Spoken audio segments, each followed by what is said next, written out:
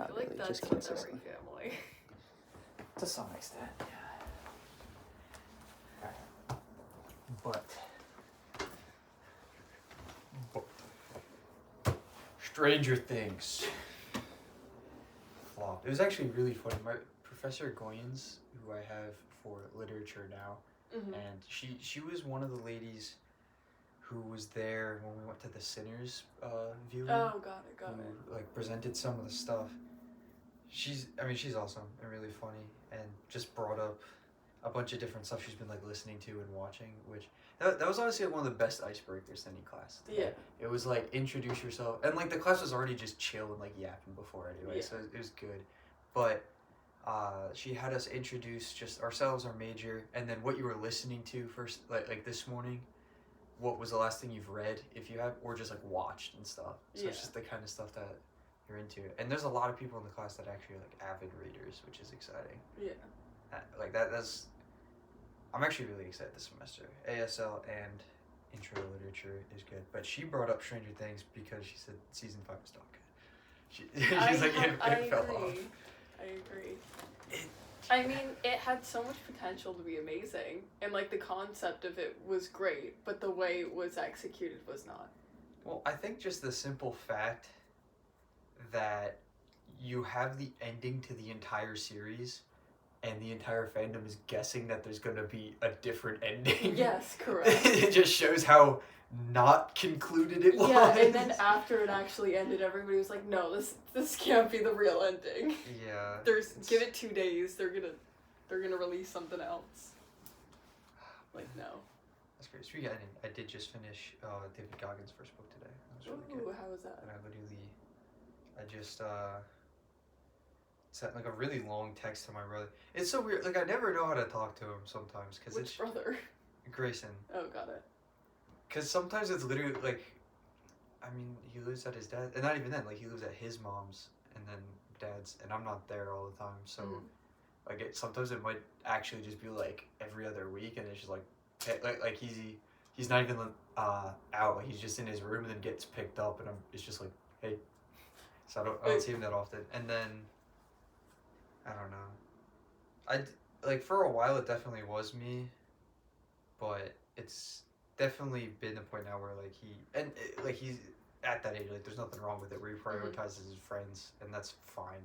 But it's just like I have been asking him like a lot, like to go to a lot of stuff and like bring him to stuff, and he just doesn't want to most of the time. But yeah, that's why I gotta just do even cooler stuff, and then like I'm like maybe you can go. I'm like maybe just maybe. Well, at least like physically, like especially with what I might, like I don't even want to say it out loud, and I haven't been to anyone besides like Ryan and you, but I'm just like, and this is how I keep saying it, I am just gonna train and see what my body can handle, and then really start discerning like what I could actually do. Yeah. But I do want to run a 100-miler on my birthday. That'd be sick. And like, cause the way I see it, I could do that in 21 hours, maybe, hopefully. Like there's like 100-mile races or like 24-hour races where it's like pretty much the goal to get 100 miles and stuff. And some people, I mean, some people I've read David Goggins' book, but like him talking about other people. So like maybe it's infinitely harder than I'm expecting, but I'm pretty sure. I mean, even just 6 miles an hour. It's like a 10-minute pace, and that's, my brain's just not working right now.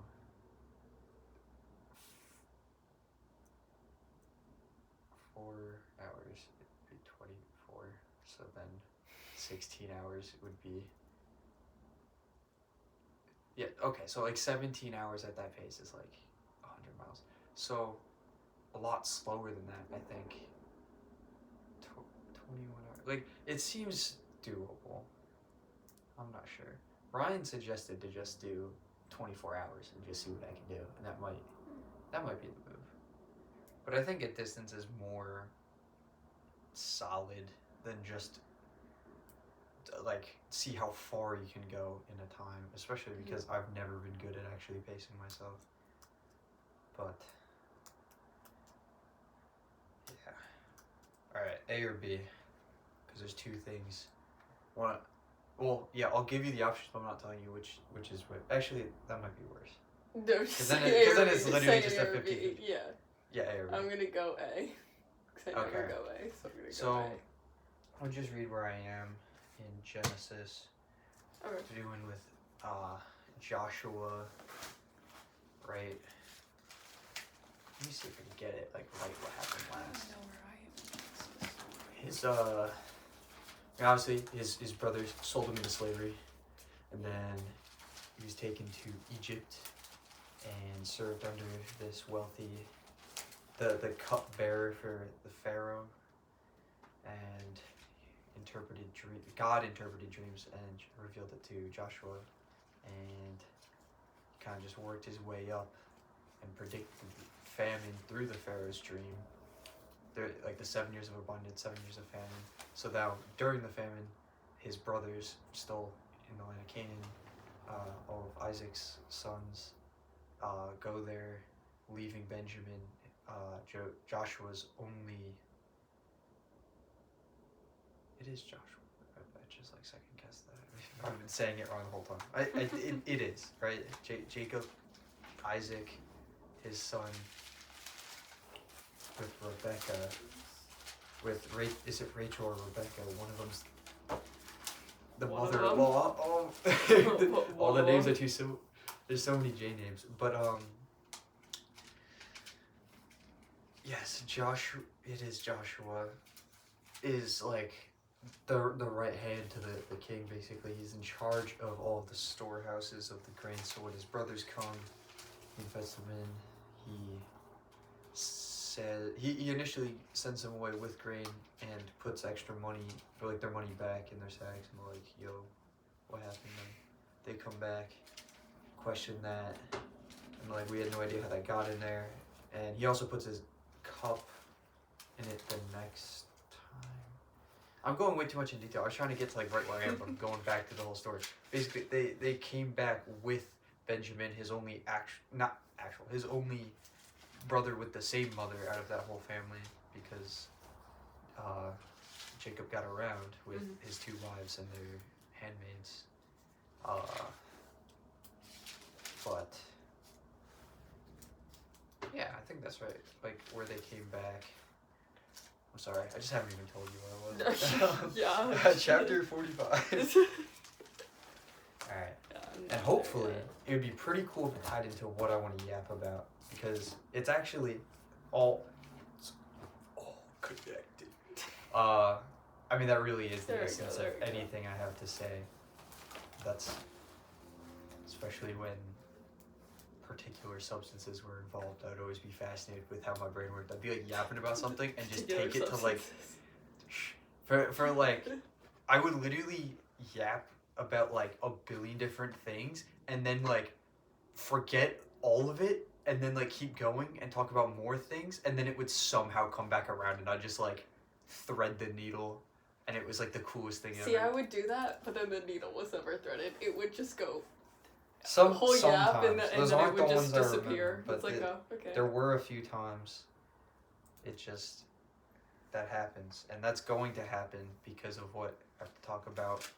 I'll explain the needle being threaded now. Is it relates exactly what I just sent to my brother when I was saying I don't understand how to talk to him sometimes. Yeah. And then also like has to do with classes, which we were just talking about, and more specifically like literature. It's cool. It all It can everything's gonna trust. be the university experience. It gets okay, my pen is having a seizure, but okay, it's Joseph reveals his identity. I'm Spider-Man. Joseph could stand it no longer. There were many people in the room, and he said to his attendants, "Out, all of you." So he was alone with his brothers when he told them who he was. Then he broke down and wept. He wept so loudly the Egyptians could hear him, and word of it quickly carried to the Pharaoh's palace. "I am Joseph," he said to his brothers. "Is my father still alive?" But his brothers were speechless. They were stunned to realize that Joseph was standing there in front of them.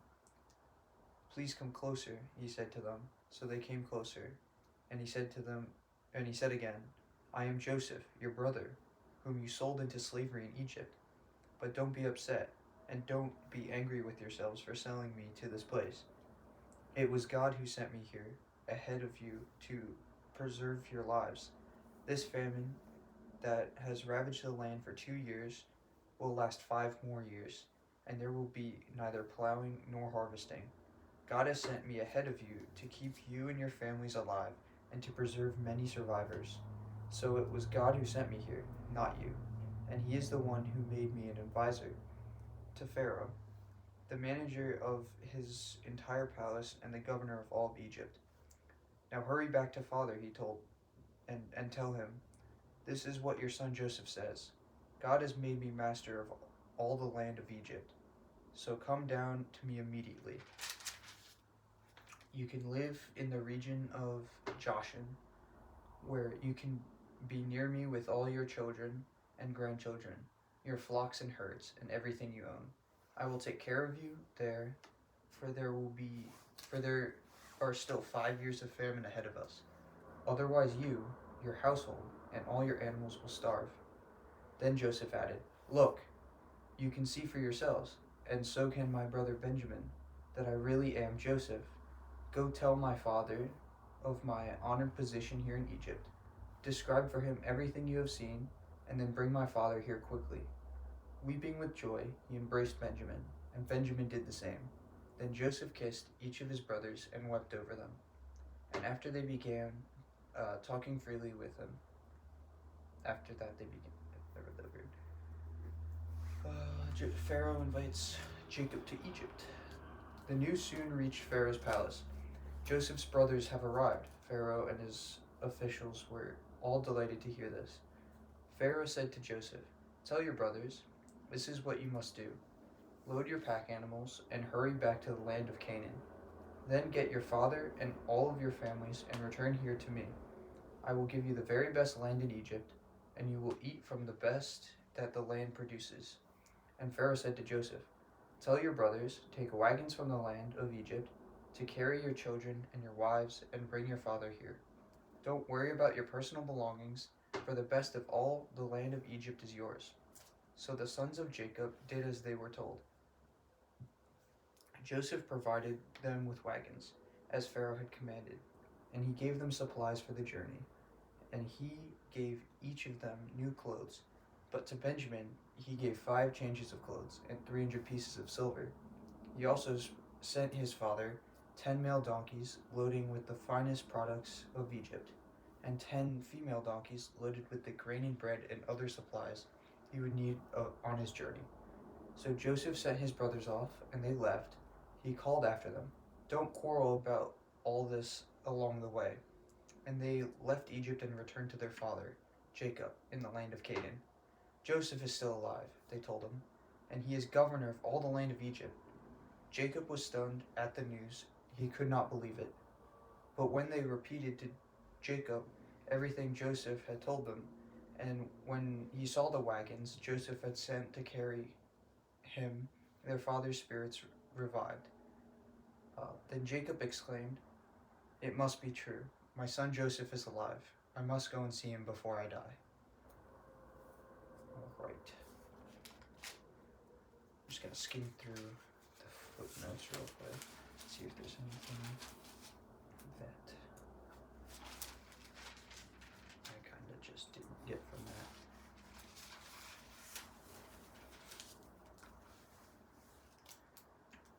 But yeah. I mean, first, just obviously Joseph has continuously had faith in God, but being able to just see, I mean, okay, generally speaking, it is, like, again, something pretty obvious, but being able to see, like, the absolute worst of your life as a blessing and something is something that keeps coming up and is a continuously learned thing you have to accept.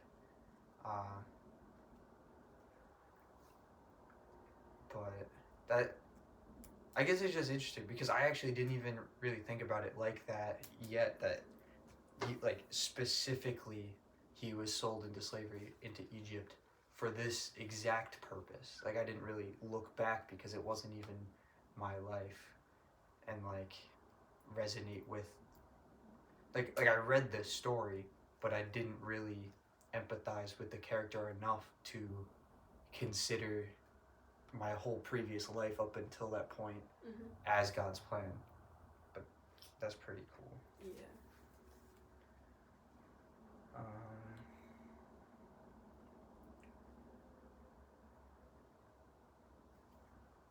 I also just find it interesting how.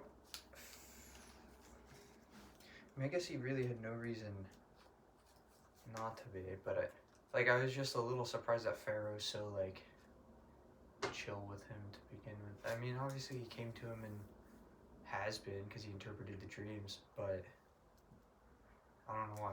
Just like story wise, I felt like during that when he like embraced his brothers, it should have been more of like just when it said they overheard him, I thought like something worse was going to happen and that was like somehow a problem. But that wouldn't really make any sense. Like Yeah. why would it matter? It's like he was a slave and it's like he worked his way up anyway. He just happens to reunite with his family. Mm-hmm. But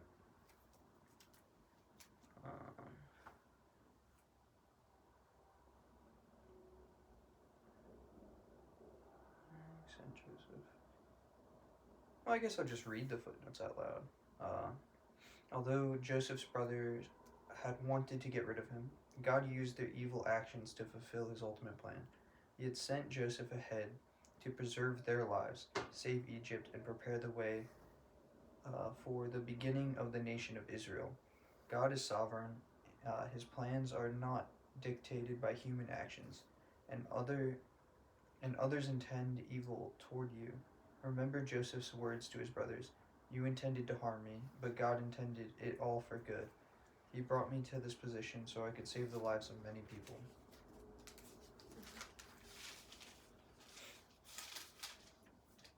Joseph had been rejected, kidnapped, enslaved, and imprisoned. Although his brothers had been unfaithful to him, he graciously forgave them and shared his prosperity. Joseph is one of the clearly Christ-like heroes of the Old Testament. He demonstrated how God forgives us and showers us with goodness, even though we have sinned against him. The same forgiveness and blessings are ours if we ask for them. Jacob needs some evidence before he could believe the incredible news that Joseph was still alive. Similarly, Thomas refused to believe that Jesus had risen from the dead until he could see and touch him. It was hard to change what you believe without all the facts, and sometimes even with the facts, good news can be difficult to believe. But don't give up hope that God has a wonderful future in store for you. That's pretty good. I do want to go back and actually underline what I would typically do. But yeah, I guess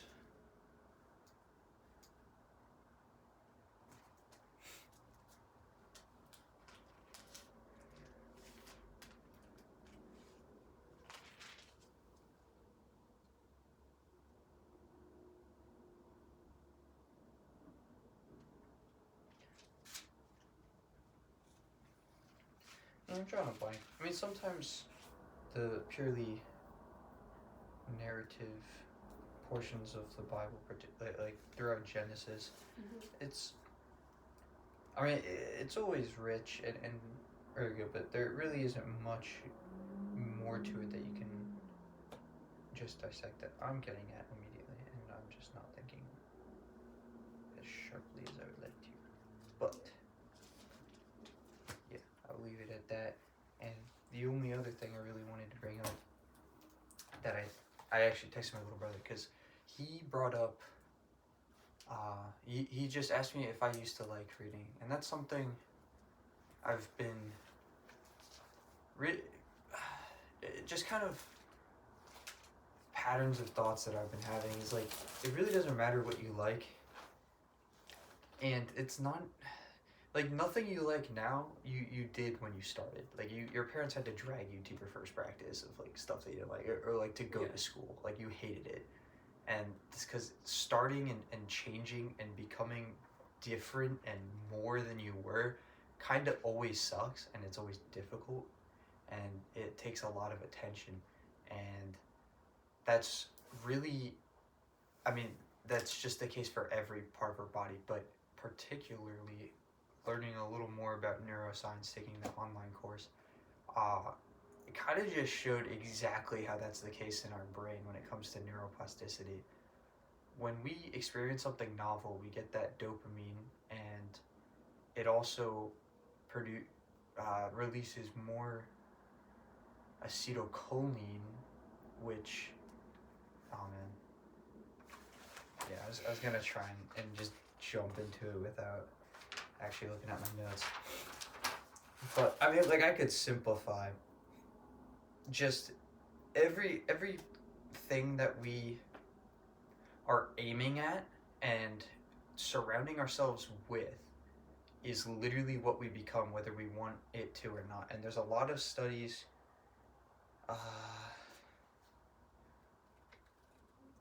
where it starts with an M. This dude, Michael Merzik, was a neuroscientist that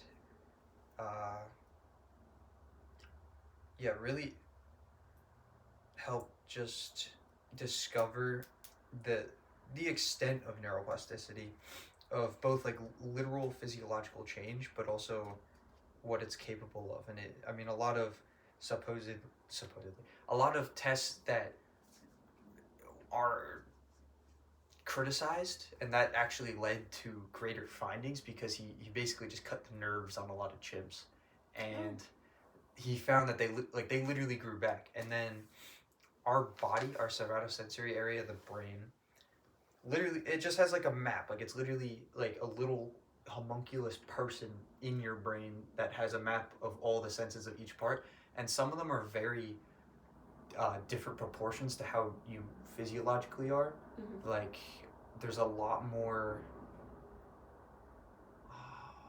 like your face has a little, no, wait, your tongue specifically has a ton, because I mean that's literally a whole sense, so it's like a huge area. And then it's like your hands and your face are like right next to each other, so it's not exactly like a mapped out person, but it's like your whole body's in that one little area. And what he found when cutting the nerves in the hands and like forearms of these chimps, it literally like grew back, and the sensation that they would have on like from touching their arms in that area of the brain, since it's so directly connected to the part of their face, it literally would light up. And they had it with EKG, no, I forget, I couldn't find it, the specific scanner to actually like detect electrical activation in the brain. And so it was like a literal thing, which they don't really do on people that much without good consent. But basically, like animal rights activists and such actually caused that set of experiments to shut down, and so they couldn't come back to it for 12 years, but they still had the monkeys, and they were able to find that the literal neural tissue itself, not just the signaling and the processes of what's happening, but the actual neurons were able to like grow and change 12 millimeters, which doesn't sound like a lot, but you can't see neurons. Yeah. They're pretty small. 12 millimeters is almost half an inch. Yeah. That is kind of ridiculous. And yeah. Okay. I'm just trying to make sure I hit the right things that I want to, because again, that was really more than I really needed to say. But like to what's relevant regarding reading, and why it's not just reading. like uh, massed practice. There it is. Yeah, the clearest example of massed practice is basically, well, what mass practice is just doing something new, like practicing something to the point where it's like not deliberate, like you're just constantly doing that. An example is literally just going to a new country, like that language, just hearing it, like even if you don't understand most of what's being said, you're still just constantly adapting to just hearing it and trying to say it, and it's continuous. So, and it's not like a binary. It's like now it's mass practice. Like you have this many hours a day. Nothing is a binary, like flip switch being flipped. There's a spectrum, but regardless, mass practice is really just how, like it gets to a point where whether you want to or not, you become the like consciousness around you, and again, like language is the perfect example, but it's also mostly the case with your own thought patterns.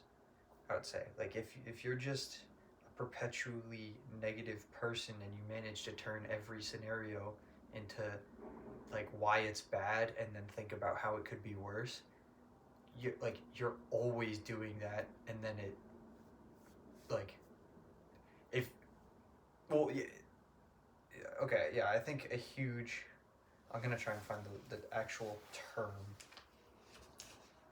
but it's basically as simple as use it or lose it with every part of your body, but specifically neurons, especially as you're developing as a child. But if you're not constantly using the pathways that like you want to be or like can be, it like as the 12 millimeters I've shown, the parts that you are actually using will just grow and intervene and just take over the space.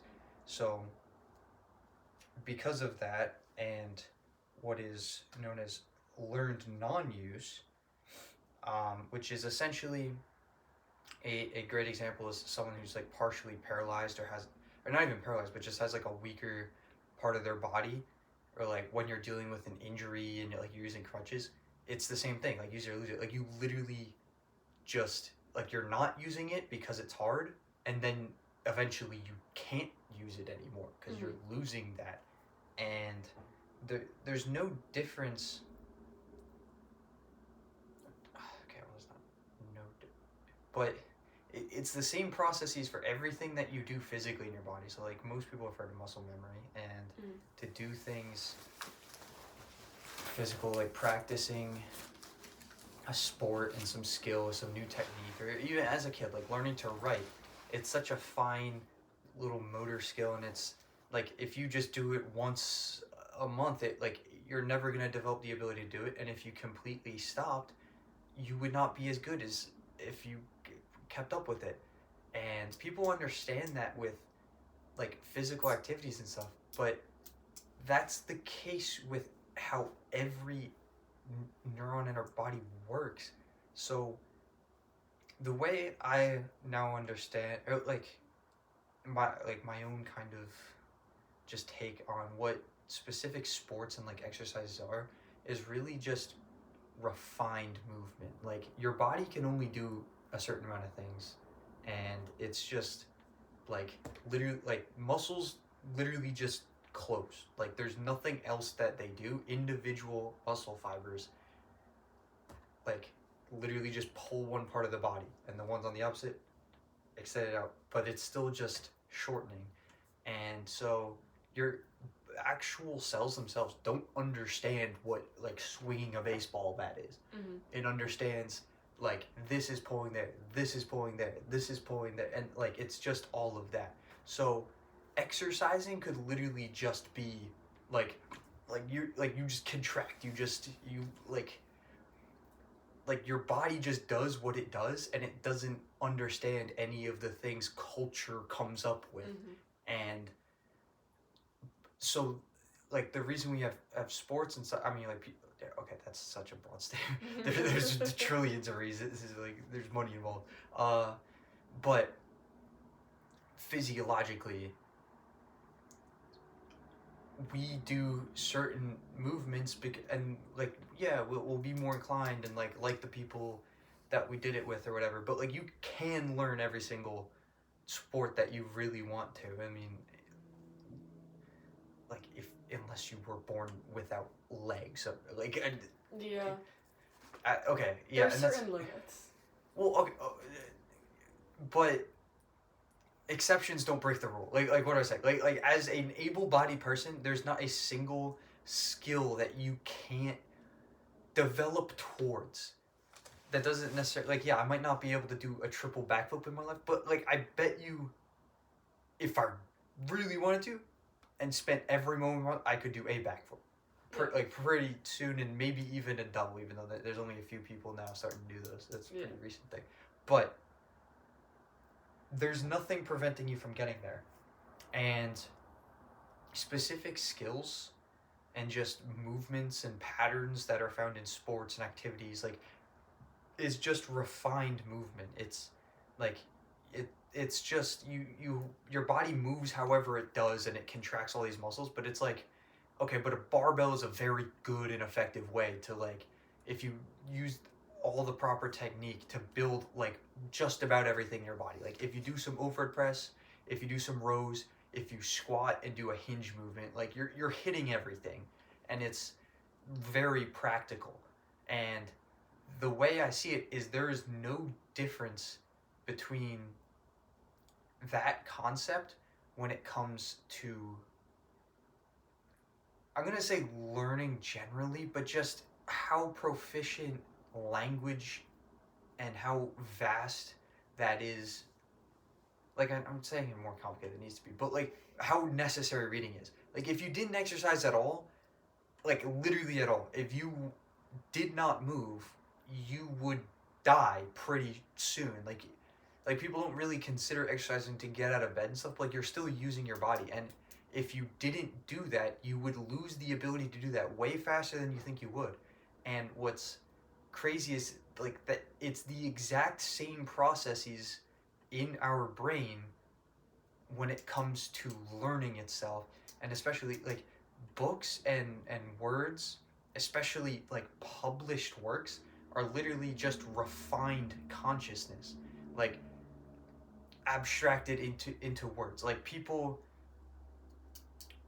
don't necessarily think completely in words, especially like before you learn how to think, but it's like that's the best we have. And again, like we don't have the most optimal workout thing possible, like where there's constantly technology coming out, but like Olympic weightlifting and or like powerlifting and like a cardio routine is like one of the most efficient things you can do to progress your body and like maintain. Like most people kind of just stay at one level like generally, or like strive for some goals, but it's like doing that is just as important as like to move away from just not being able to move as reading is to just not thinking. Yeah. And yeah, that's kind of what I was getting to. And I didn't send all of that to my little brother, but he asked like if I used to like reading when I was little, and I really didn't answer directly. Like no, I didn't. But there's no reason not to do something because you like it when you get better at it. Yeah. And then like even if you didn't, things that you don't enjoy that you still do well are just as if not more worth doing, because now you understand what you're capable of. Mm-hmm. And it's like then you actually find the thing that you like anyway, and it's like you'll be even better than you thought that you could be at it, because the very process of learning and developing itself is being practiced. And if you're not practicing, you're losing it. Like our bodies are so dynamic. If you are not striving towards life, you are dying. And I don't think people realize how many specific little things that entails. So that's what I wanted to yap about. We didn't make any Legos. It's okay. I was invested in what you were saying. I didn't want to pick up Legos. Yeah. Do you have any final thoughts? I think that was good. No, I'm just letting it all marinate. Alright. Actually. Yeah, I do gotta. This one I'll probably just upload, but I will have actual message series coming soon. Maybe. No, definitely. I might not upload it immediately. I want to get at least 2 done and actually edit and do them well, but I still just gotta get into it. So the first one I think is literally gonna be like this, where it's just not even anything specific and not even pulling up direct evidences and stuff and all the sources. I think it's more so just gonna be mapping out everything and just like a very little piece of what I want to talk about to get it rolling, and I'll kind of figure it out as I go along. But yeah, adios. I do need to make like an intro.